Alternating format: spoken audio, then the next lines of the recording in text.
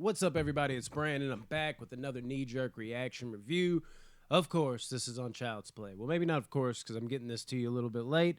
But as I said in my other two videos, I've had a very full slate lately, and I didn't want to short y'all of anything. So I did get them all out, but a little harder and easier said than done. You know what I mean? But yes, Child's Play, episode 6. Let's just jump right into it. We're doing spoilers on all these now because I found I really like just jumping into spoilers when it comes to TV shows a little more than diving and ducking around things with movies. So that's how I do it on my channel. If you don't like it, start your own channel. You ever hear YouTubers say that? You don't have to do that. But if you don't like it, I'm sorry. I don't know what to tell you. Anyways, this episode was fucking dope. Last episode kind of let me down a little bit. Not a lot, though. But it was my least favorite since the very first initial episode.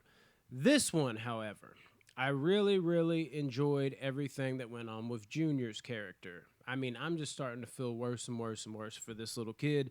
Everything that he has to go through with his dad, and then now being left out of the loop, and now we're finding out he's breaking up with Lexi because he thinks like she's just not involved or there for him. Everything with that, so damn sad. And then something else really tragic happens, but we'll get to that.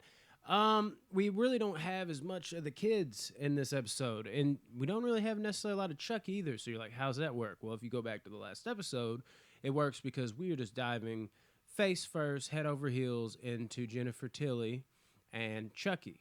But, you know, Tiffany is Jennifer Tilly and Chucky is Nika. So I should have said it that way. And I'm really enjoying this dynamic of Chucky being, you know, his soul is split up multiple ways, and he's a part of Nika, so I guess he doesn't have full strength, so he could change back into Nika. You know, she can become her original form rather than being this host, basically at any time, because he's not, like, full strength, which is kind of cool. And it was really cool how she tried to even play a trick on Tiffany. And then Tiffany, you know, we kind of saw something like this before, but it was still cool, where she stabs her in the leg, and she's like, no, no, no. Chucky doesn't bite his nails. And lastly, I stabbed you in the leg. And if I stabbed Chucky in the leg, he'd scream like a little bitch, which I laughed at that because I could just picture Brad Dourif scream when that happened. I'm like, yeah, as hard and ruthless as Chucky is, he does always appear human. He's always screaming. He's always like, fuck, you know what I mean? He definitely would. So I like that aspect yet again. And just the aspect of like, that plays into it. It's such a weird little thing, but her being paralyzed, but when she's Chucky, she can stand up. That is a very cool, unique kind of thing. I like that. And everything that went into them, I really enjoyed. I loved hearing Chucky, of course, as I've said, played by Nika's character, Fiona Dourif, who, again, if you haven't watched my other reviews, fucking amazing. I love seeing her as Chucky bantering with Jennifer Tilly as Tiffany. It's fucking great. I absolutely are. Tiffany as Jennifer Tilly. I will never do a good review of these people because it's like me wording around things in such a weird way. I'll never understand it. Just Chucky and Tiffany, Brandon. Damn it. But yeah, Chucky and Tiffany bantering back and forth together was so fun for me. Like just seeing it, like it just took me back to like Bride of Chucky and all the classic movies so much. And I really, really enjoyed that. And I got to tell you, as much as I don't like Cult of Chucky, this is starting to make me not come around to it, but be a little more understanding of it because now I'm getting more inside information. I'm kind of growing to not necessarily like this direction, but not absolutely despise it.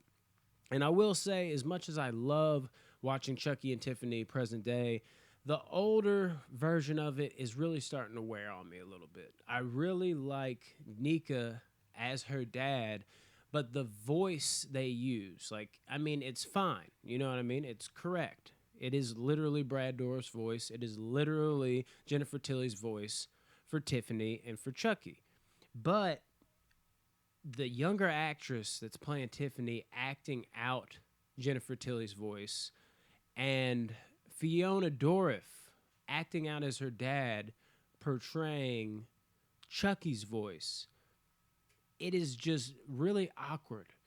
Now, I'm not hating. I'm not saying Fiona Dourif isn't doing a good job as her dad. I love that aspect of it because I look at it, I'm like, holy shit. Like, this is just, I eat it up, dude. I'm like, look, it's fucking, Like just the thought of like some shit like that, like it's not just the fact that she's good at it, it's also a little bit of, father daughter things. I have a daughter where like I can only imagine how amazing that'd be for both of them. Like, Brad Dourif looking at his daughter like, holy shit, dude.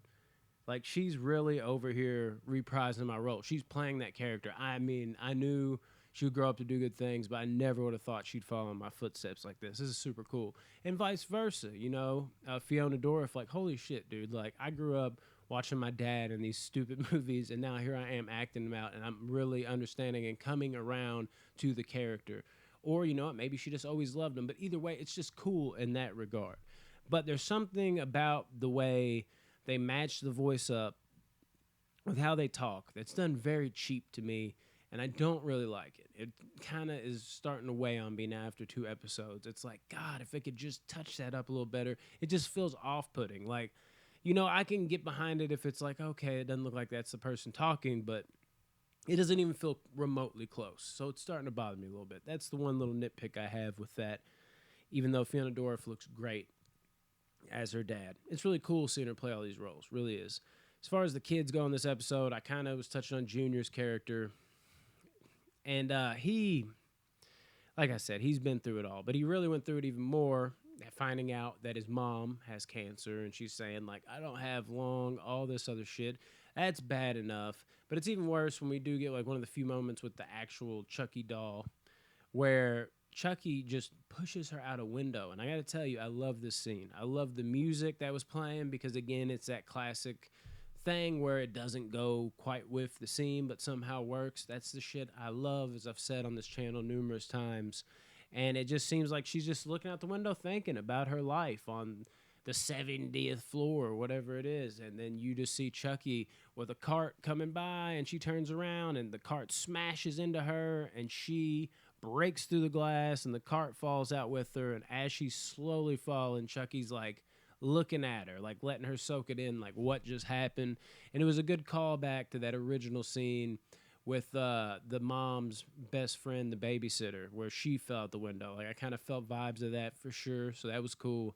And just the menacing nature of Chucky for him to just like want to look at her as she falls so she could take that in.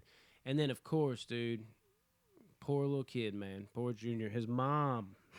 First, the shopping cart or whatever, the cart falls and breaks into the car next to him. And he's like, what the hell? And then he hears another boom, and his mom lands like face down. Like she's just staring at him like dead, like from 70 stories up, like whatever the hell it was. It was fucking ridiculous, but it was kind of wicked. I dug it. And then we get to see the last, scene with the kids. And I did enjoy the fact that they incorporated some Cape Fear in this, because Cape Fear is an amazing movie. I love Cape Fear. I love Robert De Niro. Love everything about it. So to see that in the movie or the show, that's a plus. And then for them to kind of like try to act it out, it was cool for them to bring that over to this side of things. They almost tried to do like some Home Alone type shit. And of course, it didn't work very well. The one kid's even like, that didn't happen in Cape Fear. And Chucky breaks in. And, Chucky, maniacal as ever, man. And it's just, he has that moment with Lexi where he's like, you don't want to, kill him? You don't want to kill the main kid, Jake? You don't want to do that? I blank on names so easy, people. But, watching Jake creep up, and they thought they had him, and Chucky turned around like, hey, Jake. And the next thing he just, like, rolls under his legs. Like, that's all intense as fuck. And Chucky gets wiped out in the hallway. It was fun. It was fun. That's the most I can say about this episode. It was really fun. It was the most nostalgic, taking me back down memory lane. And it was the most fulfilling episode so far. This is the first episode I will give a great. I think this was a great episode. And once again, I'm curious to where Chucky takes us from here. So that's it, guys. What did y'all think of the episode? Because I actually had a blast with this one. Thank you, as always, for watching. Love you guys. Brandon and Box Office Banner out.